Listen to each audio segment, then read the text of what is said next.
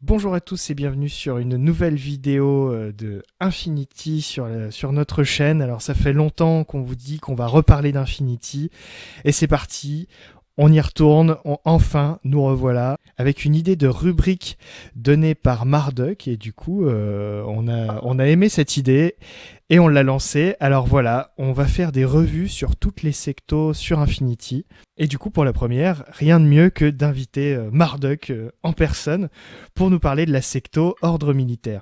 Mais avec moi j'ai également Tolly alias Corentin qui va me soutenir face à cette panocéanie envahissante. Bonsoir messieurs. Tout de suite. On vous veut votre bien. Alors du coup, le principe de cette revue, on va laisser principalement Marduk nous faire une revue figue par figue sur un peu l'usage qu'on pourrait en faire. Enfin en tout cas que Marduk peut nous donner en conseil pour les utiliser. Ouais, merci beaucoup. Merci beaucoup, là c'est trop d'honneur que tu me fais. Juste pour dire que l'idée elle n'est pas forcément complètement originale non plus et j'espère qu'il y aura d'autres gens qui s'y connaissent beaucoup mieux que moi sur toutes les autres sectorielles qui viendront parler d'autres armées. Ouais, dans l'idée c'est ça, c'est que ouais. on essaiera d'inviter un max de personnes venir parler de sa sectorielle, comme ça nous on bosse un peu moins et on invite du monde. Exactement. Et puis du coup je voulais aussi vous dire que faut savoir que dans Infinity c'est pas votre liste, c'est vous, comme on dit. Donc je vais vous expliquer comment jouer les unités et s'adapter un peu aux situations, comment prendre les bons choix. Mais voilà, après c'est que des conseils et c'est pas une science exacte, donc s'il y en a qui sont pas d'accord, qui ont d'autres idées ou d'autres choses à tester, faut pas hésiter à le dire et à alimenter le débat. On n'est pas sur une science exacte, et encore moins sur Infinity. Oui, voilà, c'est l'idée, c'est des conseils à donner, mais ce qu'on remarque dans Infinity, c'est que chacun a sa façon de jouer de toute façon. Et que le terrain va faire beaucoup de choses, le scénario va faire beaucoup de choses. Il suffira pas de vous faire la super liste de la mort qui tue pour tout raser, quoi. Enfin, ça marche pas comme ça. Et alors, du coup, d'abord, je voulais vous parler, avant de parler de chaque unité, des optiques de liste. À chaque fois, je vais essayer de vous parler des différentes optiques qu'il peut y avoir dans les ordres militaires. Pour moi, il y en a, on va dire 3. On peut jouer, à mon avis, populeux en ordre militaire. Si, c'est possible.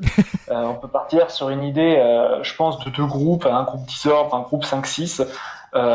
Donc 5-6 ordres, on n'est plus trop sur un deuxième groupe de soutien qui est juste là pour encaisser des pertes. On commence à passer sur un deuxième groupe qui peut aller faire des choses, quoi. Un Théo qui a 5 ordres après pour agir, par exemple, peut commencer à faire des choses. Ça serait une optique populeuse avec une fire team de sergent de l'ordre pour alimenter un peu tout ça. On peut jouer sinon avec, à mon avis, avec des optiques plus restreintes. Alors là, typiquement, j'envoie les gens vers les listes que j'ai pu sortir à l'Interplanétario, ou ce qu'on voit très souvent en ordre militaire, avec une grosse fire team de chevaliers, et éventuellement un petit deuxième groupe qui va être soit là pour faire du soutien, soit juste là pour encaisser des pertes, avec un sniper ou 2, un total réaction, un truc comme ça, où on peut, et ça devient de plus en plus populaire avec la nouvelle saison, se concentrer vraiment sur 10 ordres pour profiter du bonus qui est que si on a premier tour, on ne pourra pas nous enlever 2 ordres. Donc, c'est vrai que ça, c'est un sacré avantage de cette nouvelle saison. C'est que les listes à 10 ordres, au T1, on n'a pas que 8 ordres à jouer. Et je trouve que c'est pas trop mal, mine de rien. Allez, on attaque avec le fusilier alors. Alors, le fusilier qui nous vient de la panocéanie plus classique.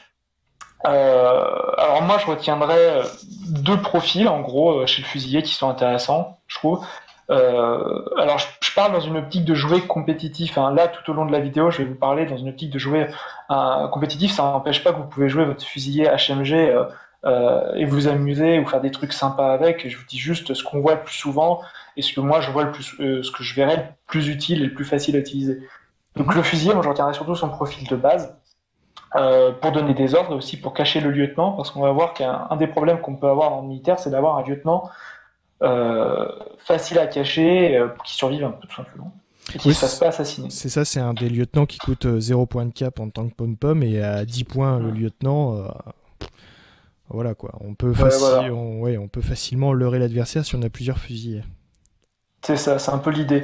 Et pourquoi pas prendre les autres? Parce que entre la HMG, le lance-missile, tout ça, enfin, perso, en ordre militaire, on a tellement d'autres choses sur lesquelles on va pouvoir aller poser nos armes lourdes et utiliser notre cap que j'ai pas trop envie d'utiliser le fusilier pour ça. Il y a juste une exception, c'est le fusilier hacker. Pourquoi? Parce qu'en hacker de base, on va avoir le fusilier et on va avoir le sergent. Le sergent, en gros, de l'ordre, c'est la même chose que le fusilier, il a juste moins en volonté. Et de toute façon, notre hacker de base, on va vouloir s'en servir pour faire des programmes de support. Des programmes où tu n'es pas un jet de dés sur la volonté, de toute façon, c'est juste tu le lances. Comme par exemple Fairy Dust, qui donne un firewall à toutes tes infanteries lourdes, et on va en jouer pas mal. Ou alors tous les programmes de boost des drones, je pense celui notamment qui donne Marksmanship niveau 2 sur un drone. Ouais, celui-là est quand même pas négligeable. Ouais, souvent à jouer en combo avec un drone total réaction par exemple. Voilà, c'est un peu les deux seuls profils que je retiens chez le fusilier. Et après, il y a un petit truc, c'est si jamais vous allez dans un tournoi où vous pouvez jouer ou si dans vos parties vous jouez un Spec Op, vous pouvez du coup introduire un quatrième fusilier. Et si vous jouez Bipandra, alors c'est la seule occasion où je vous inviterai peut-être à jouer Bipandra, c'est vous pouvez faire une Fireteam de 5. Et du coup, si vous jouez populeux, vous pouvez vous faire une Fireteam de 5 avec 3 fusiliers, le Spec Op et Bipandra. Et bon, là, éventuellement, des armes lourdes sur les fusiliers, ça peut être intéressant. Donc là, Bipandra, parce que c'est un doc qui vaut un peu cher et qui vaut du point de cap, quoi. Ouais. En temps normal, Bipandra, franchement, bah, je vous en parlerai même pas, elle est pas intéressante, quoi.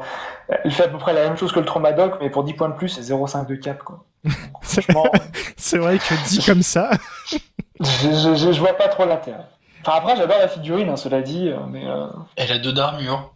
Et un de volonté bien. En plus. Stat, ça te fait 5% de chance de plus de réussir le seul jet d'armure que tu auras à faire de la partie, probablement. Ouais. Sur elle. Alors, les sergents, on peut en parler en deux temps. Il y a d'abord des profils de sergents non spécialistes. Alors là où ça va être original, c'est que souvent, dans les autres armées, tu as une pom-pom qui peut être lieutenant. Et l'idée, c'est que tu caches ton lieutenant parmi tes pom-pom, et ben là, il peut pas. D'où l'intérêt d'avoir le fusilier qui peut être lieutenant. Donc ça, c'est une originalité du sergent de l'ordre. Le fusilier et le sergent de l'ordre non spécialiste, du coup, au final, il va être surtout utile si tu as l'intention d'en faire une fireteam. Ce qui va orienter un peu ta construction de liste, qui va réfléchir au moment de la construction de liste, parce que derrière, tu ne pourras pas faire ta fireteam de chevalier, puisqu'en ordre militaire, on n'a accès qu'à la fireteam corps. Alors, on a des fireteam duo aussi, par-ci par-là, mais il n'y a pas de Harris. Non, il n'y a pas de Harris. D'accord. En ordre militaire. D'accord. Ce qui fait que donc, si tu peux pas t'amuser à faire une Harris de sergent et une corps de chevalier, ou l'inverse par exemple, comme tu peux le faire dans beaucoup d'autres armées. En fait. C'est vrai que ça serait un peu pété, parce qu'on verra que les chevaliers, on peut en faire des bonnes combos quand même. Ouais, voilà, donc ce qui fait que tu te prives si tu pars sur l'optique de faire une fireteam corps de sergent de l'ordre, tu te prives de l'optique de faire une fireteam de chevalier. Il y a des optiques, hein, tu peux t'inventer des listes là-dessus, mais c'est différent, quoi. Alors perso, moi j'y mettrais systématiquement soit un sniper, soit un heavy rocket launcher, parce que ça va vous faire une grosse pièce défensive et offensive à longue portée. Alors pour le rocket launcher, ça va jusqu'à 80 et le sniper, ça va être de là. Et ça manque un peu en ordre militaire. On va voir qu'à part l'hospitalier qui a la HMG, bah, on n'a pas grand-chose qui tire au-delà de 60 avec le plus 3. Après, le choix entre le sniper et le rocket launcher, bah, c'est 6 points entre les deux. Alors, savoir est-ce qu'on veut investir 6 points pour avoir l'efficacité au-delà de 80 cm et la galette qui va faire peur au fireteam. Moi je dirais que ça dépend de vos habitudes de jeu, de la table. Si vous arrivez à caser le sniper qui vaut 21 points plutôt que le heavy rocket launcher qui vaut 15 points, ça c'est à voir selon vos compos d'armée. Ça dépend aussi de vos adversaires habituels. Un deuxième choix qu'on va devoir faire quand on va se lancer dans une fireteam de sergent aussi, c'est savoir si on met un spécialiste ou pas. Bah, ça je dirais que ça dépend du scénario. Mettre un paramédic. Enfin, une dernière chose à laquelle on va devoir réfléchir, c'est est-ce qu'on met Constantinos, le pépère Constantinos devant. Alors le gars, il vaut quand même, pour rappel, Constantinos c'est un sergent de l'ordre, mais qui a un pistolet d'assaut, en plus de son fusil combi, qui est spécialiste VMS2 mimétique. Ouais. Et voilà, il vaut 29 points en version non infiltrée, donc celle qui peut se lier avec le reste des sergents. Mais pour moi, à ce prix-là, il apporte un énorme punch. Ah ouais, il vaut son pesant de cacahuètes. Ouais, voilà, il vaut son pesant de cacahuètes. Le truc, c'est que ça reste une infanterie légère, il doit avoir 1 ou 2 points d'armure peut-être. Il en a 2. Ouais, il en a deux. Il va pas spécialement encaisser. Il vaut quand même 29 points. Mais bon, il apporte une telle dose de violence que pour moi franchement, j'approuve quoi. Si vous avez les points pour le mettre, faut le mettre dans la Fire Team. Ça, c'est Il va quand même tirer à 5, non, pardon, à 15, 4 de rafale sur son combi, à 15 5 sur son pistolet. et plus Ouais, s'il est dans la bonne portée, si tu l'apportes assez proche de son combi, ouais. il peut avoir son plus 6, enfin plus 3 de portée, plus 3 de la Fire Team. Ça commence à te Mm. causer avec un VMS2. Ouais, et puis surtout, le VMS2 fait que souvent, ce qui va empêcher un gars qui a des bonnes stats de gagner son opposition, c'est le fait qu'en face, si tu lui mets on lui inflige un thermo optique ou un truc comme ça, et lui, il va complètement l'ignorer. Mm. Et là, en plus, à l'inverse, il va infliger son mimétique à l'autre s'il veut lui tirer dessus en réaction. Ouais, c'est ça. Par contre, la Fire Team de Sergent de l'Ordre, faut se rappeler qu'on est sur une Fire Team de léger. Euh, Moi perso, sur les Fire Team de léger, alors après, pareil, ça c'est chaque joueur a son idée sur la question, mais moi je dis une Fire Team de léger, faut pas la sortir de ta zone de déploiement avant le T3, avant le troisième tour, parce que sinon ça risque ses périls. Il suffit que t'aies un Warband ou un mec bien placé qui arrive et il te sort. Et s'il te sort 5 ordres, Ouais. après, ça peut être très dur après Ça revenir peut dans la faire partie, mal. quoi. Alors du coup, tu les Ouais. utiliserais en défensif. Alors tu prendrais plutôt de la longue portée avec des sergents qui resteraient tes deux premiers tours T1 et T2, ouais, resteraient en défensive. pour harceler à coup de lance-missile ou à coup de snipe ton Ouais, ouais, adversaire. bah, l'utilisation classique de la Fire Team de pom-pom ou de léger, en général, c'est que tu vas prendre trois 4 gars de base, tu vas mettre une arme longue portée, et il n'y a que l'arme longue portée qui va s'exposer en aura pour aller faire des auras non négligeables avec 15 de tir, 2 de rafale. C'est pour ça que je disais de mettre soit un lance-roquette lourd, soit un sniper dans l'équipe. Et il n'y a que lui qui va s'exposer et qui va aller chercher des auras. Ou alors, tu le caches lui aussi et en tour actif, ben, tu vas chercher des choses longue portée que tes chevaliers, qui sont pas forcément équipés pour, ben, peuvent pas aller chercher. C'est comme D'accord. ça que je vois les choses. Ok. Et les autres spécialistes du coup de ordre, les Et sergents. alors après, ouais, t'as les sergents dits spécialistes qui sont pas vraiment spécialistes, mais en gros, c'est tous les autres sergents qui peuvent pas se lier, en fait. Du coup, ils vont avoir une utilisation différente. À qui, En fait, c'est... qui peuvent pas Ouais, se lier, ils peuvent pas faire de. Ah non, ouais, cannot ils be peuvent pas être member dans of la Fire Fire Team, Team. non, c'est ça. Ah oui, j'avais pas vu le petit. D'accord, donc eux, parce que j'allais dire, ouais, il y a un sergent multispectral viseur, un Ils ont VMS2 deux, le Spitfire, hacker... mais du coup, Ouais, ils peuvent pas être en Fire Team, donc en fait, ils deviennent moins ouais. intéressants.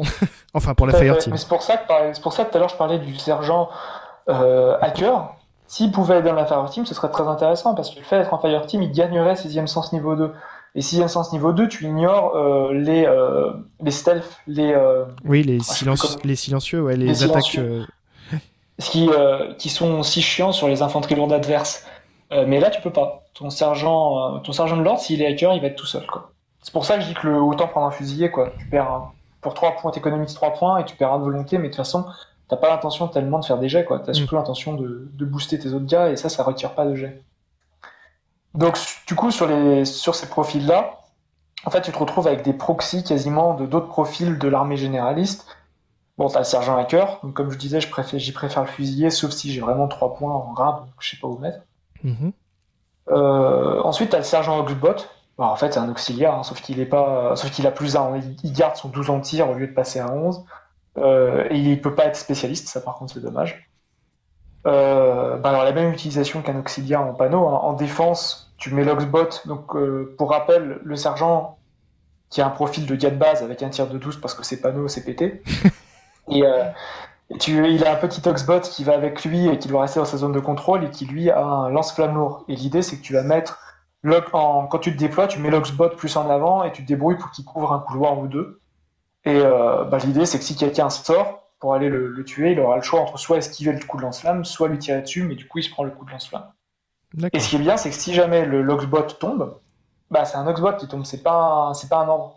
Contrairement par exemple à d'autres armées où tu vas avoir des mecs avec des chain rifles, notamment je pense en Ariana qui vont garder tes couloirs, où effectivement tu vas garder ton couloir, mais si jamais ton gars tombe, bah tu perds quand même un ordre. Alors que là, t'as t'as l'Oxbot qui tombe, mais tu continues à avoir le mec qui donne ton ordre, quoi. Ouais, c'est vrai, ouais, ça fait un petit défenseur comme ça, en Ouais, lance-flamme lourd, hein, si je me trompe pas, ouais. l'Oxbot en C'est plus. ça, ouais.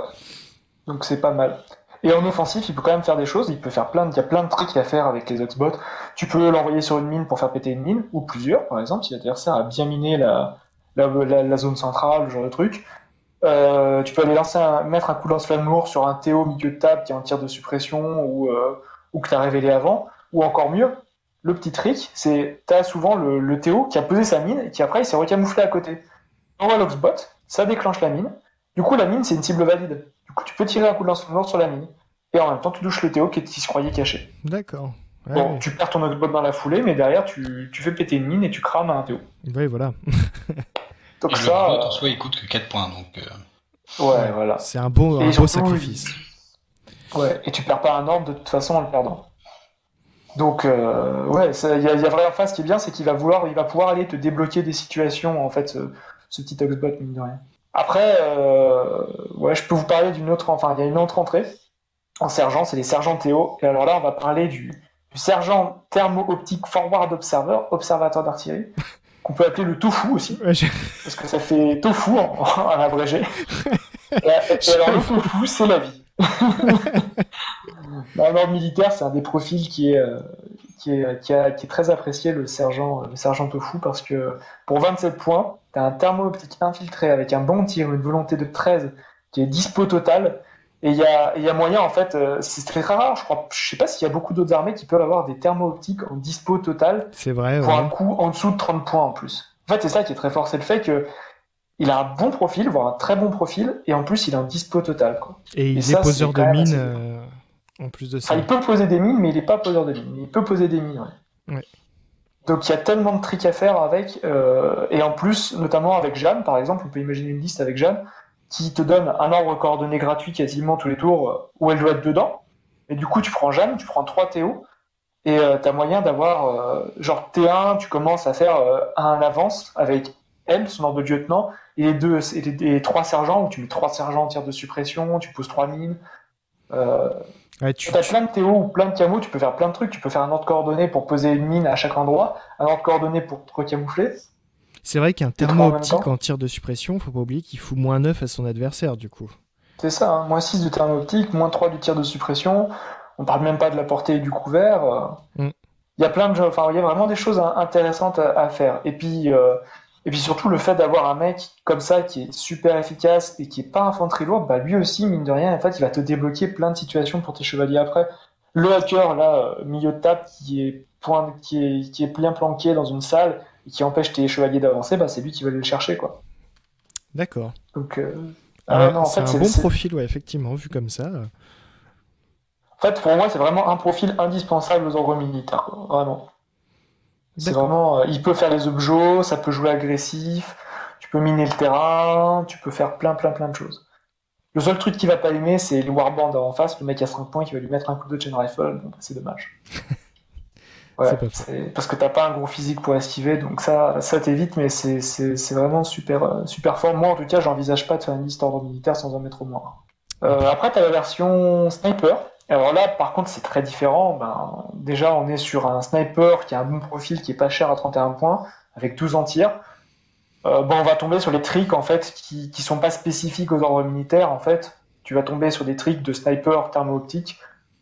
Donc, par exemple, il y en a un, c'est tu mets une grosse pièce d'aura, par exemple ton drone totale réaction, Mhm. et en fait, ton sniper Théo, bah, il est planqué de sorte à ce que quand t'as un mec qui sort pour voir ton drone, bah, t'as ton sniper qui se révèle. Et du coup, le mec en face, d'un coup, il se retrouve plus avec une seule pièce d'ordre en réaction, mais avec 2 grosses pièces. Donc tout de suite, c'est tout simplement beaucoup moins confortable. Moi, je sais que je l'ai fait à la finale de l'Interplanétario. Le mec, il me sort son Spetsnaz pour aller pour aller attaquer un de mes chevaliers qui était un de mes chevaliers magistères. Alors là, l'opposition, elle est favorable au Spetsnaz parce qu'il te balance 4 tirs de HMG à 15. Et toi, ton chevalier, il tire 2 tirs de Panzerfaust à 12 parce que t'as le bonus de la Fireteam, le malus du camo. Et puis derrière, bah, tu sors ton sniper Théo. Et là, d'un coup, bah, le Spetsnaz, c'est beaucoup moins sympa pour lui. Il va être Parce que obligé de même s'il diviser sort ses ton rafales chevalier, s'il veut pas ouais, se faire sortir. c'est ça. Soit il divise, et dans ce cas-là, ben, l'oppo, elle est beaucoup moins sympa, soit il divise pas et risque de se faire sortir sur le tir de sniper, quoi. Alors ça peut être un Spetsnaz, ça peut être n'importe quel gros ton en face qui vient de chercher tes chevaliers, en fait, ou tes pièces. Et c'est là où c'est vraiment intéressant d'avoir un sniper Théo, en fait. D'accord. Voilà.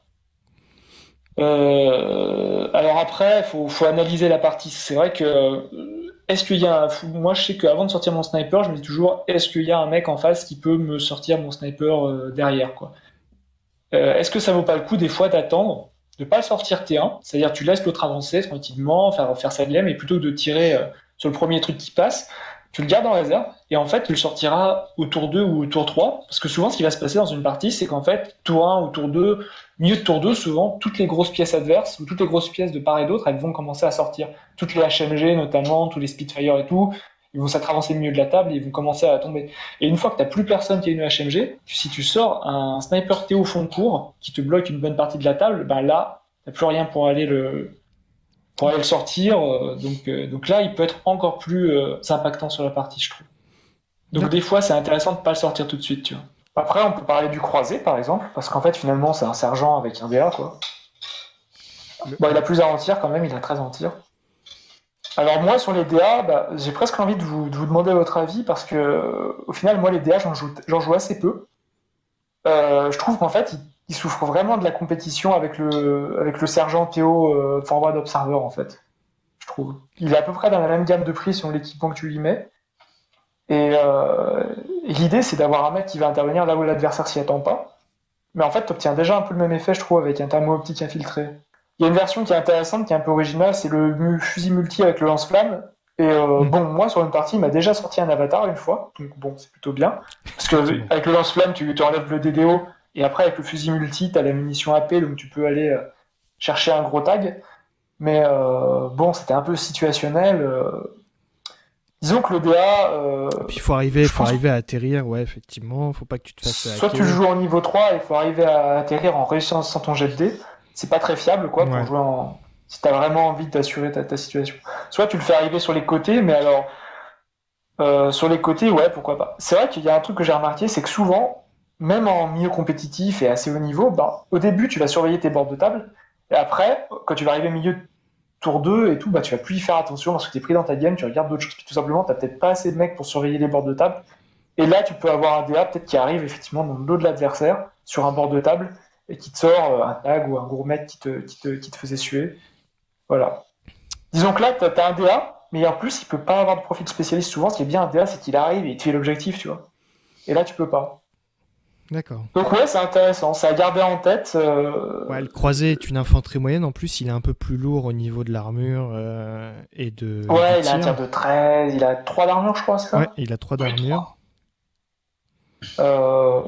Pourquoi pas? En Spitfire ou en fusil multi, lance-flamme, ou même le profil fusil combi, mais alors dans ce cas-là, moi, pour le jouer, ce que je conseillerais, c'est d'attendre que la partie se déroule un peu. Et l'idée, c'est d'attendre l'opportunité pour qu'il sorte dans le dos de l'adversaire, quoi. Pas chercher à aller attaquer tout de suite l'adversaire dans sa zone de déploiement. Pourquoi pas s'il y a une opportunité, mais souvent il n'y en a pas, quoi, en fait. Ouais, non, le croisé, le problème pour moi, le croisé, c'est qu'il souffre vraiment trop de la compétition du sergent thermo optique Forward Observer. Mais encore une fois, si vous aimez jouer des DA et que vous savez les jouer, pas comme moi, bah dans ce cas-là, faites-vous plaisir, je pense qu'il a des arguments. Ouais, on va parler des chevaliers génériques que tu retrouves dans toutes les listes. Bah tiens, on peut commencer par le père chevalier par exemple, qui est une des sorties de la V3, qui pour le coup, et donc lui c'est un chevalier générique qui est pas spécifique à un ordre militaire. Alors pareil, le père chevalier comme le croisé, je suis un peu embêté pour en parler parce que je l'ai pas trop testé, je l'ai un peu testé mais pas trop. Juste, moi je vois pas trop l'intérêt par exemple de la version de base, sans profil spécialiste. Ou la version lance-missile, vraiment, parce que bon, c'est vrai que t'as une arme lourde sur un mec qui tire à 15, je crois. 14, non? Ouais, 14. Mais t'as pas, contrairement aux gardes suisses, t'as pas de thermo optique pour surprendre ou pour aller chercher des oppos. Je vois pas vraiment l'intérêt. Éventuellement, son profil lieutenant peut être intéressant. Mais après, je vous parlerai de Jeanne et du Saint-Sépulcre et on voit qu'en fait, le problème, c'est que la concurrence fait mieux. Disons que moi, ce que j'ai retenu plutôt chez le père chevalier, c'est les profils spécialistes. En plus, c'est leur background. Pour moi, dans leur background, il me semble que les pères chevaliers, c'est les spécialistes de l'armée. En fait, c'est tous les chevaliers qui ont des métiers techniques parce que dans les ordres militaires et qui vont faire en fait tout ce que font pas les autres chevaliers spécialisés, quoi. Donc, t'as le forward observer, donc ça te fait un infanterie lourde qui peut aller faire des objectifs, observer avec une assez bonne volonté. Voilà.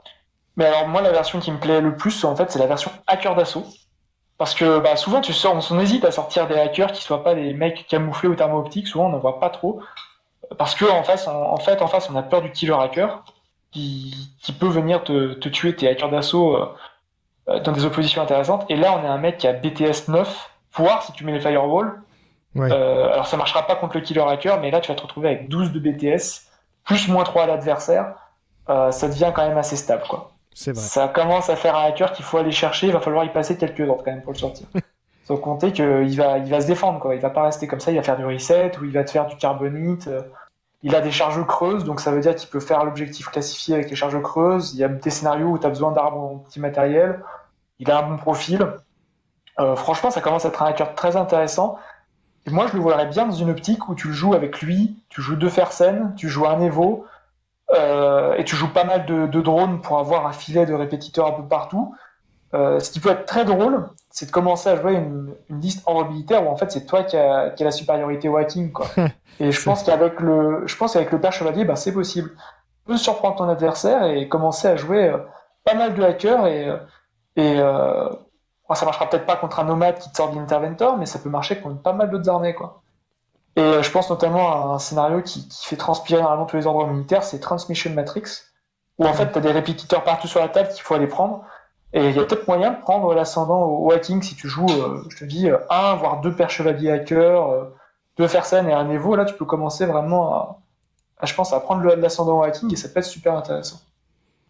Donc c'est vraiment ce profil-là que je retiens, moi. Le deuxième chevalier, du coup, qui est un chevalier généraliste qui n'est pas affilié à un ordre militaire en particulier, c'est le Magister. Alors là, bon, on va parler d'un des profils stars, du coup, pour moi, de la secto. Alors tu peux le jouer, il est énorme en fait, je vois pas tellement l'intérêt de le jouer en solo Warband. Pour moi, il est trop cher et vulnérable. Sauf dans une optique où en fait tu vas avoir une fire team d'infanterie lourde, de chevaliers autres. Et l'idée c'est qu'en fait quand tu auras perdu un certain nombre de chevaliers, bah, tu vas reformer ta fire team corps autour de tes magisters et du coup tu vas faire une fire team où tu vas mélanger chevaliers hospitaliers ou Santiago et les magisters. Mais en dehors de cette liste qui est un peu spécifique, qui est un peu particulière, où en fait tu essaies de faire avancer plein d'infanterie lourde en même temps, je vois pas l'intérêt de le jouer en solo. En fait, l'idée du chevalier magister, ça va vraiment être de le jouer en fire team. Alors, soit 5 magisters, soit tu le combines avec des hospitaliers ou avec des Santiago. Et en fait, c'est là où il va vraiment devenir énorme. Où il va venir compléter en fait ta fire team de 5 chevaliers pour vraiment pas cher. Parce que 23 points, un mec qui a 2 points de vie, un Panzerfaust, un fusil à pompe léger et tout, c'est vraiment donné, quoi. En plus, ouais, 17, quoi. la Fire Team, tu fais sauter son extrêmement impétueux en plus. Tu fais sauter son extrêmement impétueux, surtout. Ouais. Parce que du coup, il bénéficie des couverts. Ça fait que ton pépère, il va souvent se retrouver quand même à 6 d'armure, 2 points de vie, esquive à 17. Souvent, ce qui va se passer, c'est que bon, sur la première opposition longue portée, tu vas sortir des Panzerfaust. Si jamais t'es pas mort ou l'autre est pas mort, bah, si toi tu t'es pris des dégâts, tu te couches et tu te planques. Si jamais t'es encore debout, bah, après, quand il va se ressortir un autre mec pour venir te le chercher, bah, t'as 17 en esquive quand même pour continuer à esquiver, quoi. Et il y a des suivant, ce qui va se passer, c'est que tu vas peut-être perdre ton opposition, mais avec ton esquive à 17, tu vas quand même réussir ton esquive et enlever des dés en face. Et tu vas perdre un point de vie, et là tu vas faire exprès de rater ton jet de courage et de planquer. Et au final, bah, t'as fait perdre des ordres à ton adversaire, et toi t'as pas perdu de dégâts. Et t'as toujours un 5 dans ta fire team. D'accord. Et en fait, il va vraiment être bon parce qu'il va être dans ta fire team de 5 chevaliers. Il va être devant et il va éponger les tirs. Et en fait, il éponge tellement bien en fait les attaques avec son armure, ses 2 points de vie et son esquive à 17 que voilà, ça va vraiment être son rôle, quoi. Et vraiment pour ce prix-là, en plus, c'est donné. J'avoue. Voilà. Voilà. Donc c'est vraiment pour moi une très très bonne unité à jouer. Du coup, alors soit par 5, soit avec d'autres chevaliers, mais en fait, j'ai du mal à voir pourquoi on se priverait de du plaisir de mettre au moins un hospitalier ou au moins un Santiago avec eux pour profiter d'une arme lourde longue portée, quoi. Donc, on va parler des chevaliers hospitaliers. Alors, eux, aussi bien en solo qu'en Fireteam, ils ont des options. Bon, on va déjà parler de la Fireteam, du coup, combinée avec les Magisters. Alors pour moi c'est excellent, la Fireteam tu mets 3 magisters, un hospitalier HMG, un hospitalier médecin, bon ben c'est la classique, c'est Les Anglais, ils appellent ça le pain train, le train de la mort, où en fait, voilà, l'idée, c'est que tu as une fireteam pour 140 points, entre 140 et 150 points, qui est juste excellente, où tu vas avoir en fait 10 points de vie, tu vas avoir un docteur pour relever tout le monde, de la grosse armure, une HMG pour aller dissouder tout ce qui est entre 40 et 80, le combi ou le combi multi du médecin pour tout ce qui est en dessous de 40, et en dessous de 20, t'es carrément au fusil à pompe. Donc t'as vraiment des options pour tout. T'embarques un spécialiste parce que t'as ton médecin. Donc c'est vraiment une fireteam pas chère et variée. Voilà. La seule difficulté de la seule faiblesse, on va dire, de cette fireteam, c'est que du coup t'embarques pas le lieutenant avec. Tu peux pas être médecin ou HMG et lieutenant. Du coup tu vas trouver une autre solution pour mettre ton lieutenant. D'accord. Donc ça c'est la première option, c'est la plus classique, elle est hyper stable, tu peux couvrir toutes les situations.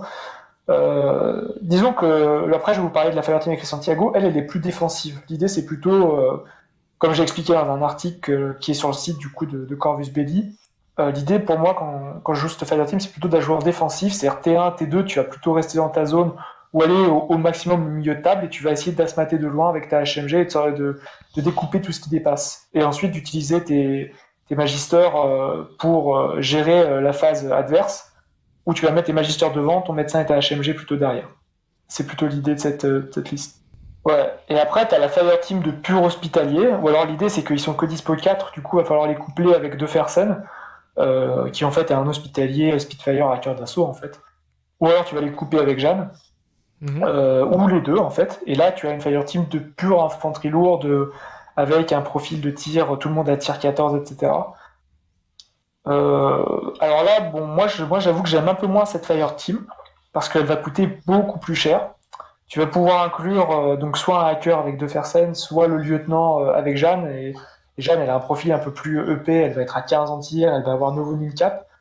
Mais du coup, ça veut dire que tu vas embarquer ton lieutenant avec toi. Donc si tu as envie de lancer une grande offensive avec ta fireteam, ça veut dire que tu embarques ton lieutenant dans le camp adverse. T'as peut-être moins envie. Et puis en plus, surtout, elle vaut tellement plus cher, là tu dépasses les 200 points, quoi. Et du coup, tu peux rentrer beaucoup moins d'autres choses à côté. Donc c'est un choix à faire. Je dis pas que c'est impossible de jouer vraiment compétitif en jouant à la Fireteam, vraiment 4 hospitaliers, 2 Fersen ou Jeanne, ou voire les 2 héros avec les hospites, mais ça me semble plus compliqué parce que en fait, je vois pas l'intérêt. Je trouve que les magisters, ils volent main chère et ils vont avoir un rôle spécifique d'encaisser la charge adverse, ils vont le faire mieux que les hospitaliers, je trouve. Si ton adversaire joue le fond de table, j'ai envie de dire ouais, mais alors dans ce cas-là, du coup, j'ai parlé de la Fireteam de Santiago. Là, à mon avis, j'ai parlé de Santiago, là c'est un peu plus intéressant. La Santiago, c'est comme l'hospitalier, tu vas avoir eux, ils vont perdre la HMG et le médecin, et à la place, ils vont gagner une Spitfire, un profil paramédic, mais surtout, ils vont gagner Vision 360, un nanopulseur. Et ça, en fait, c'est ça qui a un peu fait la différence avec l'hospitalier. C'est que le problème, c'est que tu vas être sur des armes à plus courte portée, tu vas avoir une grosse difficulté pour sortir de ta zone de déploiement. Si en face, t'as des snipers, des HMG, Total Réaction, ou ce genre de choses, là, tu vas avoir beaucoup plus de mal de sortir de ta table. Du coup, tu vas devoir les coupler, je pense, avec des snipers. Donc, je parlais du sniper Théo tout à l'heure. Du sergent. Ouais. Voilà, du sergent, sniper, thermo-optique, que tu vas jouer fond de cours. Tu vas pouvoir En tout cas, il va falloir que tu trouves d'autres solutions ailleurs pour aller t'occuper des snipers et des choses qui vont te bloquer dans ta zone de déploiement autrement. Mais là, l'intérêt, c'est que tu vas pouvoir avancer vraiment chez l'adversaire, pour le coup, avec eux. Et surtout, le truc, c'est que dès que tu vas avoir des petites troupes qui vont être thermo-optiques ou qui vont voilà, pas être faciles à prendre en opposition, tu vas pouvoir leur balancer un double tir de nanopulsar dans la tronche. Donc, au pire, tu perds ton chevalier, mais en même temps, tu lui sors sa troupe. Donc là, tu vas pouvoir être sur une optique vraiment plus où je vais aller jouer chez l'adversaire et lancer l'assaut. Autant les hospitaliers, moi j'ai joué plutôt fond de cours et t'avances vers la fin de la partie. Autant eux, vraiment, je pense qu'il faut rentrer dans le tas pour être à bonne portée de la Spitfire et pouvoir utiliser à plein ton nanopulsar. T'as même des grenades EM. Oui. Et alors ça peut être super intéressant, je pense notamment si tu tombes sur un tag en face. Un tag, c'est pas forcément évident à aller prendre en opposition. Tu peux lui foncer dessus au corps à corps, mais s'il a un flamme lourd, il risque de te cramer ta team. Ce que tu peux faire, c'est que tu te rapproches un peu hors de ligne de vue et tu fais des tirs spéculatifs de grenade EM. Et ça peut te débloquer des situations. Tag ou n'importe quel îlot qui pourrait te bloquer. C'est vrai. Mais les îlots, souvent, tu peux aller te les prendre en tête à tête quand même. Mais ouais, une îlot assez grosse, genre un Carotide ou je sais pas, t'as le Actao chez les Yujing ouais, non, là ça peut être intéressant. Donc ça, ouais, là on est vraiment sur les deux Fireteam en fait, qui vont être les stars de la secto. Où si on part sur une liste comme ça, on va forcément partir sur une liste où au mieux tu auras ton groupe de 10 ordres effectif, et après tu vas pouvoir sortir quelques mecs dans un groupe 2, par exemple un petit sniper ou deux. Tu sortiras la Tech B et le Warcore qui vont te faire des auras pas cher. Voilà, mais grosso modo, tu n'auras qu'un seul groupe par contre. Troisième ordre de chevalerie, alors là pour le coup, du coup, on quitte le monde des chevaliers qui se mettent en Fireteam pour le Montesa, qui peut se mettre en Fireteam duo, mais bon, c'est pas spécialement une option qui me semble très intéressante. Le chevalier de Montesa, c'est le chevalier qui a l'infiltration low cost, à savoir le déploiement mécanisé, donc il peut aller jusqu'au milieu de table. Et il a des profils intéressants pour ça, il va avoir son lance-grenade léger, son lance-roquette léger ou un Spitfire. Et surtout, il a gagné un Chain Colt avec la V3. Et ça, c'est à ne pas oublier, surtout en Aura. Ça veut dire que tu peux avoir, dans certaines situations, comme je le disais avec les Santiago, tu peux avoir envie peut-être d'encaisser le tir adverse, parce que tu as 2 points de vie, tu as une bonne armure, tu vas peut-être survivre. Et en échange, tu fous un tir gratos dans la tronche de l'adversaire. Tu meurs, mais au moins tu te sors peut-être ton assaillant, ça peut être bien. Ok. Alors du coup, son intérêt, c'est qu'il peut commencer du coup milieu de table, ce qui peut être bien pour aller attaquer l'adversaire 21. Après, moi j'ai un problème avec tous les mecs qui vont être infiltrés mais qui sont pas camouflés. C'est que si t'as pas le premier tour, tu vas te retrouver un peu comme de rond de flanc au milieu de table et tu vas être vulnérable. Du coup, ça va souvent être la figurine que tu vas jouer. Après, l'avantage, c'est que tu le sais en fait au moment où tu te déploies. Au moment où tu te déploies, tu sais si tu vas jouer en premier ou en deuxième. Oui, voilà. Donc, tu te déploies en fonction. Et si t'as pas le premier tour, dans ce cas-là, t'as intérêt à le déployer plutôt en retrait, un peu vers chez toi, un peu au-delà de ta déploiement, mais plutôt vers chez toi. Mais là, du coup, tu perds un peu tout l'intérêt de la figurine, quoi. Donc c'est pour ça que moi j'ai un peu du mal à le sortir, ou alors il faut le sortir dans une liste qui je pense est un peu adaptée. Moi je verrais bien par exemple un Montesa avec deux peacemakers. Donc les peacemakers, pour rappel, c'est les drones panocéaniques qui ont aussi déploiement mécanisé, et tu peux en mettre jusqu'à 2 je crois en ordre militaire. Et tu mets tes peacemakers, tu mets ton drone Evo qui commence avec le programme qui donne une rafale de 2 à tous les drones. Tu as un répétiteur, ça tombe bien, le Peacemaker est là. Ouais, Peacemaker, c'est bien 2. Oui, c'est 2. Ouais, du coup, tu commences à avoir donc 2 Oxbots, parce que Peacemaker, il vient avec son Oxbot, donc 2 Oxbots qui vont te faire de la rafale 2, 2 Peacemakers que tu vas mettre en Spitfire ou en fusil à pompe qui vont faire rafale 2, et tu peux mettre au milieu ton chevalier de Montesa, et il sera milieu de table, il sera pas trop mal protégé. Et là, tu peux commencer à partir sur un concept de liste où tu veux aller occuper le milieu de table, quoi. Et donc là, ça va être intéressant. Tu vas peut-être pouvoir te déployer assez loin dans la table, même si l'adversaire a le tour 1. Et donc là, je pense qu'il y a des concepts assez sympas à faire. Moi, je me lance roquette léger, ouais, pourquoi pas, tu peux aller tirer une galette, mais souvent, si tu joues contre un adversaire expérimenté, il va pas tellement mettre ses mecs rapprochés si tu mets un mec qui a une galette en face. Donc tu vas rarement arriver à toucher plusieurs personnes à la fois. Moi, j'aime bien la version Spitfire, parce que ça te fait... le fait qu'il commence milieu de table, ça fait que il va commencer à la bonne portée pour son Spitfire. Il va pas avoir ce problème qu'ont les Santiago de commencer dans leur zone de déploiement et d'être bloqué par un sniper. Voilà, donc je trouve pas mal. Et sinon, t'as le lance-grenade léger, pareil, tu peux faire des tirs spéculatifs et t'as 14 en tir, t'as plus 3 de portée, tu as 17, donc même avec le moins 6, tu fais des tirs spéculatifs à 11, t'es quand même pas mal, quoi. Ouais, j'avoue. Ça peut être bien pour aller sortir du Théo, par exemple. Du sniper Théo planqué sur une tour, un truc comme ça. Voilà. Non, je pense que Montesa, c'est une bonne entrée. Par contre, ça suppose d'avoir une liste un peu axée autour de lui, quoi. Ça se réfléchit un peu. On va parler du quatrième chevalier. Donc, le Saint-Sépulcre. Alors, le Saint-Sépulcre, t'as 4 profils. En fait, t'en as 2. Et il peut être lieutenant ou pas, quoi. Donc, ça, soit la profil avec son fusil combi, soit avec sa Spitfire. Et c'est le chevalier qui a holoprojecteur niveau 2 et qui peut être lieutenant pour pas plus de cap que en fait, son profil normal. Donc avec une Spitfire, il sera à cap de 2. D'accord. Alors, l'idée c'est que, bon, moi perso, je verrais plutôt donc s'en servir avec la Spitfire parce que c'est quand même une grosse infanterie lourde. En fait, je vois pas l'intérêt de prendre une infanterie lourde qui coûte aussi cher dans une liste si c'est pas pour lui mettre une bonne arme et en faire quelque chose, quoi. Donc autant le profil fusil combi DEP, je vois pas trop l'intérêt, quoi. Si je veux juste le prendre pour être lieutenant, Moi, je préfère avoir Jeanne d'Arc à la limite. Mhm. Et donc, je préfère l'avoir avec son Spitfire pour qu'il soit actif et qu'il aille faire des choses, qu'il soit lieutenant ou pas d'ailleurs. Après, ça, c'est une question de choix de jeu. Sachant que voilà, le trick à faire aussi, c'est que, comme je disais, en ordre militaire, tu vas avoir un problème, c'est de trouver un lieutenant. Donc, soit tu prends un fusilier, soit tu prends un chevalier, mais dans ce cas-là, quand dans les Fireteam que je t'ai décrit tout à l'heure avec 3 magisters, tu vas souvent mettre un spécialiste, donc soit un paramédic, soit un médecin et une arme lourde, et donc t'as pas de place pour mettre un lieutenant, donc souvent bah, ton Saint-Sépulcre ou Jeanne d'Arc, ça va être ton option de lieutenant. Et donc ton Sépulcre, ce qui est pas mal, c'est qu'il va pouvoir se déguiser en autre chose pour cacher le lieutenant en fait parmi tes autres troupes. Du coup, ton adversaire il se retrouvera par exemple avec 0 option de lieutenant visible. Du coup, il saura que t'as un Sépulcre, mais il saura pas laquelle de tes figurines c'est. Donc ça peut être pas mal. Ou alors, bah, tu le joues directement avec ces 2 holoprojecteurs, et l'intérêt, bah, c'est pas mal parce que avec une Spitfire et ses holoprojecteurs, bah, c'est le truc classique de l'holoprojecteur, tu as les 3 qui apparaissent, l'adversaire doit choisir sur lequel il tire, et s'il choisit le mauvais, bah, tu lui tires dessus gratos. Et ça peut être pas mal parce que ça peut être une bonne option pour aller sortir un sniper qui te bloque, que t'as pas spécialement envie d'aller chercher en opposition, parce que t'as pas une opposition favorable, t'as pas la portée par exemple. Sauf que si le sniper il se plante sur le mec sur lequel il tire, bah toi tu tires sans opposition. Alors même si tu tires à -6, tu tires toujours à 8, ben tu vas probablement le toucher. Même si tu joues ta Fireteam, tu peux facilement sortir une Fireteam, tu sors l'hospitalier, le Saint-Sépulcre de l'autre côté de la table, et du coup tu as une option d'attaque de chaque côté de la table. Donc franchement non, c'est un profil qui est franchement sympa. À jouer en lieutenant ou pas, selon si tu as envie de le jouer vraiment offensif ou plutôt le planquer. Tu as un dernier chevalier, c'est le Teuton. Alors le Teuton, ben, vous en avez jamais vu sur les tables, j'imagine? Non, j'en ai jamais vu. Bah voilà, c'est normal. Si, j'en ai croisé une fois. Ok. Une fois? Ouais. Putain.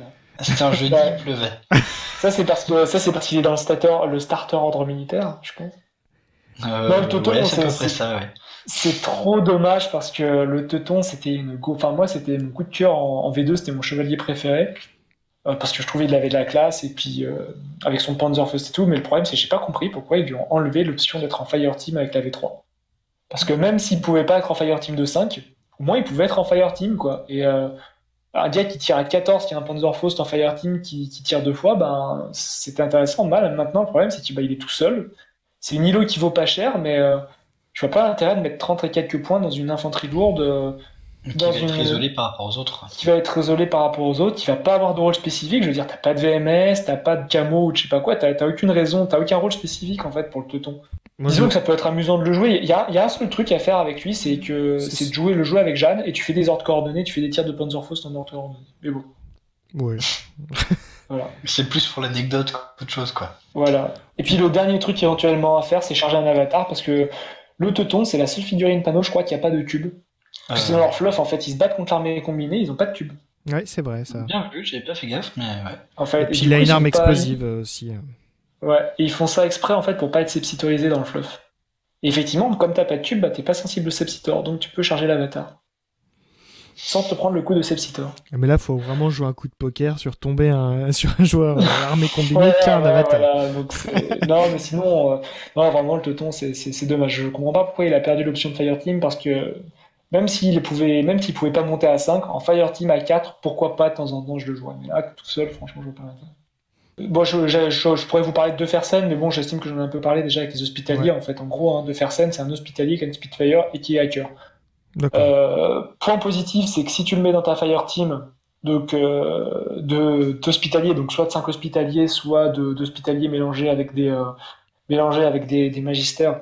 Point positif, c'est comme il est hacker, bah, il va te rajouter un hacker, donc il va pouvoir t'ouvrir des options de jeu, aller hacker des tags, aller hacker des infanteries lourdes, etc., faire des objectifs, il a une bonne volonté, enfin faire tout ce que peuvent faire les hackers d'assaut. Il a même un programme Trinity pour aller tuer d'autres hackers. Le désavantage, c'est que tu as pas mal de killer hackers qui traînent sur les tables, et ce serait dommage que tu aies un killer hacker qui vienne, qui te sorte de Fersen au hacking, qui du coup t'enlève ton bonus de plus d'être à 5 en Fireteam, quoi. Ouais, t'entames ta Fireteam de manière trop facile. Ouais. C'est le petit truc qui me fait hésiter à jouer de Fersen, quoi. C'est un peu le danger, quoi. Je pense que de Fersen, il a toute sa place dans une liste où tu vas pas jouer que lui comme hacker, tu vas jouer le Evo qui va te permettre d'avoir des programmes de soutien intéressants, notamment celui où tu mets -3 au hacker adverse quand tu fais un reset. Notamment surtout, ils te permettent aussi de relancer un jet de hacking raté avec un point de commandement. Et ça, mine de rien, sur une opposition, ça peut être pas mal. Ouais, effectivement. Donc je vois plus jouer dans une liste où ouais, tu vas jouer l'Evo et éventuellement tu vas jouer un père chevalier hacker et là tu vas jouer sur le hacking. Tu vas essayer de prendre l'ascendant au hacking. Le deuxième perso nommé dont on peut parler, bah, c'est Jeanne. Alors version 1 ou 2. Jeanne d'Arc. C'est là où je dis mon joueur à Saint-Denis. C'est ça. C'est un perso, il y a pas mal de choses à dire sur Jeanne, c'est vraiment un perso intéressant. Moi, alors V1 ou V2, déjà c'est la première question qu'on peut se poser. V1, en fait, la V1 c'est une infanterie, on va dire classique, ou avec des très très bonnes stats. 10-10 de move, 15 partout, 2 points de vie, 9 winning capacitation. Et bah surtout... Et alors, Jeanne, faut pas réfléchir, à mon avis, le seul intérêt de la jouer, c'est de la jouer en lieutenant. Je vois pas l'intérêt de la jouer si c'est pas pour la jouer en lieutenant. Elle va t'apporter commandement inspiré qui donne courage à tout le monde. Elle va te permettre de passer le Warcore et la Tech B en régulier, ce qui te permet d'avoir des ordres à pas cher. Ce qui te permet d'avoir des ordres à pas cher. Et surtout, elle va te permettre, si elle est lieutenant, d'utiliser son ordre de lieutenant pour faire un ordre coordonné. C'est presque mieux qu'un stratégo niveau 1 quelque part, parce que ça veut dire que tu fais un coordonné gratuit, quoi. C'est un ordre de lieutenant que dont tu vas pouvoir te servir. Ouais, c'est vrai. Tu bouges 4 figues avec son ordre de lieutenant, quoi. C'est ça. Et elle doit être dans l'ordre, donc tu vas la bouger elle et 3 autres figues. Et du coup, tu as plein de synergies intéressantes à faire, notamment avec des sergents thermo-optiques ou le Saint-Sépulcre avec d'autres chevaliers isolés, quoi, qui sont pas en fireteam. Qui sont pas en fireteam parce que du coup, le truc c'est que Jeanne, si tu veux utiliser à plein son potentiel, du coup tu vas pas la mettre dans la fireteam parce que dès qu'elle veut utiliser son ordre de lieutenant, sinon bah, elle va sortir de la fireteam et elle va faire sortir tous ceux qu'elle fait bouger avec elle. Et oui. Et oui. Donc je sais qu'il y a une option pour la mettre dans une fireteam où tu jouerais Jeanne et 4 Santiago ou Jeanne, 4 hospitaliers ou Jeanne, 3 hospitaliers de Fersen. Mais bon, perso, je t'avoue que je préfère la jouer plutôt. Je préférerais à la limite jouer ma fireteam de gros d'un côté et Jeanne à côté. Et Jeanne, elle pourra utiliser du coup comme ça son ordre pour faire bouger elle et 2-3 autres figurines de l'armée. Et alors après, la question qui va se poser, c'est la V1, la version 1 ou la version 2. La version 2, tu vas gagner un Spitfire. Du coup, tu vas coûter des points de cap au lieu d'en rapporter. Tu vas coûter un point de cap au lieu de rajouter un cap à l'armée. Mais tu vas bouger de 15-5 avec gagner multi-terrain. Perso, moi j'aime mieux la figurine de la V2. En fait, c'est ça, du coup, souvent je prends la V2. C'est vrai qu'elle est sympa, la V2, la nouvelle version de Jeanne, j'aime bien aussi.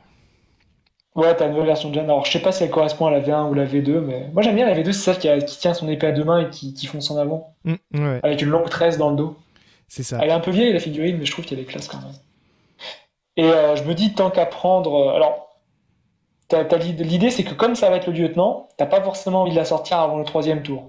Est-ce que j'ai envie de mettre une Spitfire sur une figurine que je vais pas sortir avant le 3e tour? En même temps, c'est un bonhomme, c'est une fille quand même qui a 15 ans de tir. Est-ce que j'ai pas envie de lui mettre une Spitfire pour profiter du gros ton qui va foncer, qui a 15 ans de tir et qui va commencer à mettre des tirs de Spitfire partout?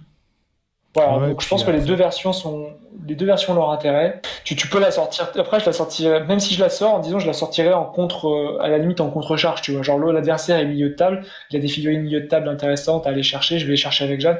Par contre, je m'amuserai pas à la sortir trop loin dans le camp adverse parce que, bah, elle a beau être forte, si elle est trop avancée sur le champ de bataille, trop facile pour aller chercher, ben, l'adversaire va la tomber, quoi. Tu vas perdre ton lieutenant et c'est dommage. Ouais, c'est quand même risqué. Donc voilà, après c'est vraiment une question de choix, quoi. Mais j'ai l'air très très intéressante avec son ordre coordonné, il y a vraiment des choses intéressantes à faire. Alors le Blackfriar, le père dominicain, je crois, de son nom complet. Alors c'est un profil très intéressant, en fait, qui va apporter pas mal de choses à l'armée, et surtout en fait il y a vraiment deux versions très différentes. En fait, quand tu parles de Blackfriar, tu peux vraiment parler différemment de là. Alors t'as la version multi, qui du coup donc le Blackfriar, c'est un gars c'est une infanterie moyenne, donc 13 de tir en panneau, mouvement 10-5, qui va avoir dans tous les cas un Uppulser et un VMS2. Et c'est vraiment ça sa spécificité. En fait, il va apporter le VMS2 dont on a tant besoin en ordre militaire, que tu trouves que chez pour pas trop cher, que tu trouves que chez Constantinos. Donc si tu joues pas Constantinos, voilà, tu vas aller chercher chez le Blackfriar ce VMS2. Ou alors après, tu as le sergent, effectivement, VMS2 Spitfire, je n'ai pas trop parlé. Parce que je préfère le Blackfriar est peu plus intéressant dans le même rôle. Bah oui, du coup. Donc tu as le Blackfriar qui va donc tu as la version fusil multi qui va plutôt jouer un rôle en fait de contre-charge. En fait, l'idée, moi je Je jouerai pas tellement en assaut parce qu'avec son mouvement de 10-5, il va pas tellement pouvoir aller chercher l'adversaire chez lui. Tu vas utiliser plein d'ordres pour ça. Mais je le verrais plutôt, disons, quand tu arrives en milieu de partie, souvent l'adversaire il va commencer à avoir miné la zone, il va commencer surtout à avoir mis des thermo-optiques en tir de suppression par-ci par-là. Et alors tu peux y aller frontal avec tes chevaliers, mais des fois c'est pas toujours très intéressant. Ça peut être très intéressant aussi d'avoir ton Blackfire version fusil multi qui a des drop beer, qui va pouvoir avancer. Le truc c'est que tu bouges, tu balances un drop beer à côté du pépère en tir de suppression qui te casse les bonbons. Et ensuite tu sors, tu le forces à faire une aura, parce que s'il fait pas d'aura, tu l'allumes de toute façon, donc il va faire une aura. Alors soit il fait une esquive pour esquiver le drop beer qui va exploser, et dans ce cas-là tu lui tires dessus et tu risques pas de prendre un tir en face, et il casse son tir de suppression dans tous les cas. Soit il tire de suppression sur toi, mais il se prend le drop beer. Et en plus, ton Blackfire il est plutôt pas mauvais dans son opposition, quoi. Donc c'est vraiment un gars en fait qui va aller te débloquer des situations, qui va être très intéressant pour aller te débloquer des situations. En plus il a le viseur pour ne pas avoir pour pas subir le -6 des camouflés, des impersonations. Ah oui, Du Fidei et supplantation. la supplantation. Du spéculo, du coup il va pouvoir aller chasser le spéculo, le Fidei éventuellement, s'ils sont encore là. Donc il va pouvoir faire ça. Non, je dis s'ils sont encore là parce que souvent en fait au premier tour ils te sautent à la gorge et après ils sont plus là. C'est ça. Donc voilà. Et du coup, tu as cette version-là qui est que tout le monde aime bien, tout le monde en dit du bien. Moi, je trouve pas mal, mais alors moi perso, je vais préférer la version. Enfin, je vais plutôt jeter mon dévolu sur la version fusil sniper multi. Et alors pourtant là, tout le monde le trouve nul. Et pour une raison simple, c'est qu'en fait, tu compares avec ce que tu trouves en panneau généraliste. Par exemple, tu as le Nice ou le Camaro qui sont à peu près dans les mêmes gammes de points et qui vont avoir soit un meilleur tir pour le Nice. Qui va arriver à 13 pour le Nice. Et qui aussi va à 13. Ah ouais, non, ils vont avoir le même tir alors. Ouais, mais ils vont surtout avoir le mimétique en fait. Ouais, voilà. Alors que bon, toi t'as un. Mais bon, toi t'as un Nanopulser sur un sniper. C'est vrai que c'est pas ouf, mais bon. On sait jamais. Mais c'est déjà ça. Mais à courte portée, c'est déjà ça. Mine de rien, ton sniper que tu pensais venir me chercher avec ton fusil à pompe tranquillement, je vais peut-être mourir, mais je vais peut-être t'emporter avec moi avec mon Nanopulser. Mine de rien. Donc c'est pas complètement inutile sur un sniper d'avoir ça. Moi je le trouve très intéressant parce qu'on a besoin de ce VMS2, je crois, en ordre militaire. En fait, moi je me suis pris une grosse tôle une fois en genre militaire face à un SSA, un grec, quoi, où il y a des DDO et des fumigènes de partout. Je me suis pris une grosse branlée T1. Et ça m'a traumatisé et maintenant je me dis il faut absolument que tu aies la possibilité de jouer du VMS2 au cas où tu tombes sur une armée qui est connue pour avoir beaucoup de DDO, de TO ou de machin. Et donc en général voilà, c'est important d'avoir je pense un VMS2 sur une troupe qui a une bonne arme, donc soit le Blackfire fusil multi, soit le sniper. Et moi je préfère aller chercher le sniper parce que j'ai pas forcément le jeu en aura, sauf si je sais qu'en face il n'y a plus rien pour aller le chercher de loin. Mais en actif, il va pouvoir aller me déloger l'avatar, il va pouvoir aller faire suer un peu l'avatar, il va pouvoir aller chercher ce Théo Sniper fond de cours, il va éventuellement pouvoir protéger un objectif milieu de table pour le tour 3, éviter que l'adversaire ne pose un fumigène et n'aille tranquillement chercher un objectif. Voilà. Donc, franchement, il va apporter des options tactiques dont tu as besoin. Je pense que tu as besoin d'un VMS2 quand tu joues en tournoi, ou au moins de la possibilité de sortir un VMS2. D'accord. Voilà. Donc même s'il n'est pas hyper compétitif dans sa catégorie, je pense qu'il comble une faiblesse, il comble un trou dont l'armée a besoin, quoi. Voilà. Donc pour réhabiliter ce Blackfire Sniper multi. Bon voilà, du coup il reste le Seraph. Ouais. Alors le tag de l'armée. Alors le Seraph, donc c'est un tag panneau, donc bon tir de 15. Armé d'une Spitfire, ce qui est un peu spécial, la plupart des autres tags ils ont une HMG. Donc il va plutôt être porté sur l'assaut, surtout qu'il a son Oxbot avec son lance-flamme lourd. Le Seraph, franchement, c'est un truc que tu voyais jamais en V2, puis en V3, il a gagné super saut. Et alors là, c'est super intéressant, et je dirais en fait, ça va dépendre vachement de la table. Si tu joues sur une table où tu as des murs hauteur infinie un peu partout, le super saut, tu vas pas tellement en profiter finalement. Par contre, quand tu joues sur des tables qui représentent un extérieur où tu as pas trop de hauteur, parfois le Seraph, ce qui va être intéressant, c'est que tu vas pouvoir aller chercher des positions en hauteur faire un saut en hauteur, aller chercher des mecs qui se croyaient bien planqués derrière des murs ou des parapets, et ben non, tu sautes bien haut et tu les vois, et souvent tu les vois de dos. Et là, il y a moyen vraiment de faire de mauvaises surprises avec le Séraph. Après, c'est un tag, donc il va aller plutôt rentrer dans le tas. Bon, il va avoir les mêmes faiblesses en fait finalement que la plupart des chevaliers, donc pas d'armes très longue portée. On a vu qu'il fallait aller chercher d'autres choses, donc soit un sniper, soit une HMG pour compenser cette faible portée du Spitfire. Il va avoir le problème du hacking. Alors lui, par contre, il a pas stealth pour se protéger, parce que oubliez pas quand vous jouez vos chevaliers qu'ils ont arts martiaux. Donc comme ils ont arts martiaux, ils ont stealth ou comment ça se traduit Furtivité en français. Ouais, furtivité en français, qui fait que si tu fais juste des déplacements, si tu fais que des ordres courts de mouvement ou des ordres silencieux ou des mouvements silencieux, tu déclenches pas d'aura de hacking. Le Séraph, il peut pas faire ça. Lui, le Séraph, il a pas stealth. Contrairement au tag japonais, qui a stealth, pour le coup. C'est vrai. Et en plus, il peut faire sortir son crabot, donc son pilote, pour avoir un petit spécialiste si besoin. Donc c'est plutôt un tag intéressant. Ça va dépendre des listes que tu vas sortir. Disons que pour pareil, tout comme sortir de la Fireteam de Sergent, ça oriente ta liste, sortir un Séraph, ça oriente ta liste. Soit tu joues ta Fireteam d'infanterie lourde et ton Séraph, et dans ce cas-là, tu pars sur 10 ordres, parce que de toute façon, tu n'auras pas les points pour rentrer autre chose. Mais pourquoi pas, soit tu pars sur éventuellement, soit tu peux faire des listes intéressantes, ou tu pars sur une Fireteam du coup de sergent, tu pars sur le Séraph pour avoir un gros truc qui impacte quand même pour aller lancer un assaut, et t'as quand même pas mal de points pour rentrer d'autres choses, des thermo optiques à droite, à gauche, un petit chevalier par-ci par-là. Et c'est là où le sépulcre va pouvoir briller, par exemple, puisque de toute façon tu peux pas sortir ta Fireteam de chevalier, ton sépulcre il va être intéressant avec ses holoprojecteurs. Voilà, tu peux partir vraiment sur des optiques de liste différentes, quoi. Soit Fireteam d'infanterie lourde, soit Fireteam de léger, et à côté de ça, t'as ton tag, et quelques infanteries lourdes un peu spéciales, quoi. Voilà. Un dernier petit truc que je dirais, c'est que normalement, quand tu mets un tag, moi je dis c'est mécano auto-include. Là, avec le Séraph, c'est pas sûr, parce qu'au final, le Séraph, il est censé être projeté chez l'adversaire. Du coup, ton mécano, même si tu l'as, il pourra pas forcément aller le réparer, quoi. Il sera peut-être trop loin pour que ce soit intéressant d'aller le réparer. Le mécano intéressant à avoir si t'as des drones un peu partout. Alors, rien que sa présence, c'est intéressant parce que tu vas forcer l'ennemi à achever en fait tes drones. Il y a vraiment des choses intéressantes à faire quand tu joues plein de drones et tu joues le programme qui donne une aura une valeur de rafale de 2 en aura à tous tes drones. Il y a vraiment des choses intéressantes à faire. Et là, tu mets un mécano obligé. Ça, c'est le Evo qui te le donne. Ouais, c'est le drone Evo qui te le donne. Et ensuite, sinon, le Traumadoc. Alors, le Traumadoc, souvent, on l'ignore parce qu'on se dit, ouais, t'as l'hospitalier qui est médecin aussi. Mais n'empêche que l'hospitalier, s'il est dans sa Fireteam, il peut pas avoir de petit drone à 3 points. Et il va être obligé d'avancer avec tes chevaliers. Le Traumadoc, il va être vachement sympa si t'as des snipers fond de cours. Et moi, je sais que j'aime bien jouer quelques snipers fond de cours. Tu mets ton Traumadoc à côté de l'un d'entre eux. Tu mets ton petit drone à 3 points, ton palbot à côté d'un autre sniper. Et du coup, ça te permettra de les relever si jamais ils tombent que inconscients.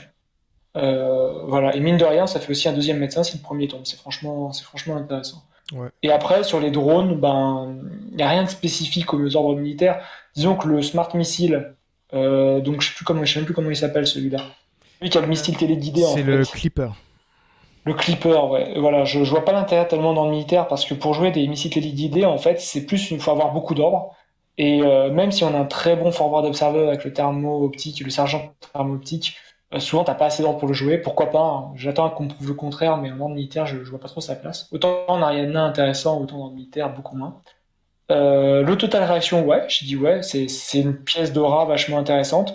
Faut juste faire attention à ce que l'adversaire ne puisse pas vous mettre un sniper camo en face qui lui tire dessus au-delà de 80. Parce que sinon, il va vous le sortir et vous pourrez rien faire. En fait, tu pourras juste esquiver à 7 ou à 4 si tu prends un tir surprise, donc c'est pas intéressant. Oui, c'est vrai. Donc, limite à le mettre. En général, tes pièces d'aura, t'essaies pas qu'elles voient le bord de table adverse, tu les mets plutôt pour qu'elles voient en diagonale le milieu de table, en fait. Et c'est là où c'est intéressant. Et en plus, le total réaction, tu buffes avec lui mets le programme qui va bien pour tir assisté pour avoir pour ignorer les couverts. Le Pathfinder, très très intéressant parce que quasi indispensable, j'allais dire en fait, si tu t'attends à avoir beaucoup de camos. Parce que le problème, c'est quand tu vas jouer avec peu d'ordre, en fait, t'as pas beaucoup d'ordre pour aller chercher les camos au milieu de table. Et le Pathfinder, avec son radar, il va pouvoir te permettre d'en détecter plusieurs en un seul jet. Sur un jet à 19, et il faut pas oublier que une fois qu'il est boosté, c'est presque comme s'il avait un tir de 14. Franchement, pour 16 points, un spécialiste qui bouge de 15-10, qui tire à 14, une fois boosté, qui te révèle tous les camos, c'est franchement pas mal. Franchement, faut en jouer du Pathfinder. C'est vraiment. Dans toutes les armées, quasiment, il est utile, mais en ordre militaire, encore plus presque que dans. Parce qu'en fait, c'est un profil que tu retrouves dans toutes les armées, le Pathfinder. Le Fugazi, ça c'est drone à 8 points. Si tu as 8 points à mettre et que tu cherches une pièce et tu as déjà mis le Warcore et le Traumadoc et le Warcore et le Tech B, tu cherches un troisième mec qui vaut pas cher pour faire des flash pulse, tu prends le Fugazi. Très bien. Ensuite, après, tu as le Peacemaker. J'en ai parlé moi, je le vois le Peacemaker, il est intéressant. Je le vois surtout en combinaison, effectivement, avec le Montesa, ça peut être intéressant. Mais alors, faut vraiment jouer beaucoup. Faut vraiment arriver à prendre le milieu de table. Ouais. C'est pas juste comme ça pour s'amuser, parce que si t'en sors que1, moi j'ai déjà essayé d'en sortir que1 comme ça avec un Montesa, tu te le fais vite entourer ou prendre par derrière et il te le sort et bon, il fait rien du tout, quoi. Donc, là où c'est intéressant, c'est si vraiment tu joues, je pense, 2 Peacemakers et un Montesa, et là tu commences à prendre sérieusement le milieu de table. Le boulet tir, le boulet tir, c'est énorme, hein, c'est un truc énorme au panneau. Ouais. C'est un drone version Spitfire, hein, je parlerai que d'elle, parce que t'as la version fusil à pompe lourd, mais le Spitfire il vaut que 1 de cap, il vaut 21 points, je crois. Oui. 23. 23, ouais. 23, mais une fois que tu l'as boosté, c'est comme s'il tirait à 15. Et puis il a un ODD, en DDO. Quoi. Ouais, il est ODD, voilà. Non, franchement, il est vraiment énorme si t'as un peu de hacker pour le booster dans ta liste, quoi. Alors, juste un dernier conseil, c'est quand tu joues une Fireteam d'infanterie lourde, si vous tombez en face à un mec qui peut jouer un lance-missile qui est thermo-optique. Donc en gros, il n'y en a pas 36 000, il y a Ramé combiné avec le Noctifère et il y a Panocéanie avec le garde suisse lance-missile. Et je crois pas que les Eugene, le Actao, il puisse avoir un lance-missile. Le Actao, il peut avoir un lance-missile ? De mémoire, oui. S'il peut avoir, pareil, c'est 3 armées. Quand vous jouez contre une armée comme ça, vous comptez les points de cap qu'il y a en face de déployer. Si vous voyez qu'il y a la place qu'il y a un de ces lance-missiles Théo, vous sortez pas votre Fireteam d'infanterie lourde. Parce que ce qu'il va faire, c'est qu'il va tirer sur le mec qui n'est pas le leader, il va poser une galette, qui va probablement prendre toute votre Fireteam, et pour un tir, il va vous sortir toute votre armée, la moitié de votre armée. Donc ça, c'est le mieux. Il peut avoir le lance-missile ? Ouais. Pour 65 points. Dans ce cas-là, faut toujours compter le cap et si vous sentez qu'il y en a en face, faites super gaffe. Ça, c'est vraiment la réponse à laquelle j'ai pas vraiment de bonne solution, mais ça, c'est vraiment le truc auquel il faut faire super gaffe quand tu joues une Fireteam. En tout cas, n'hésitez pas à mettre en commentaire si vous avez d'autres types de listes de jeux d'ordre militaire à donner.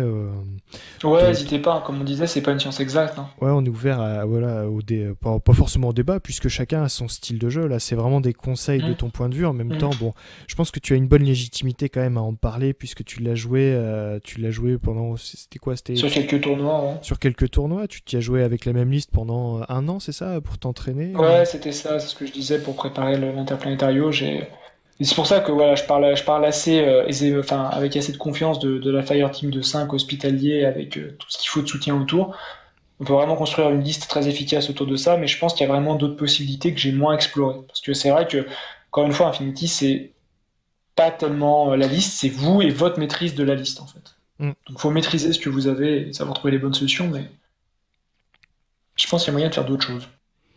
Voilà. Et parfait, c'est une bonne analyse de cette secto. Si ce format d'analyse vous plaît, on va évidemment vous proposer sur un maximum de secto avec à chaque fois un invité comme Marduk qui maîtrise plutôt pas mal sa secto pour venir nous en parler.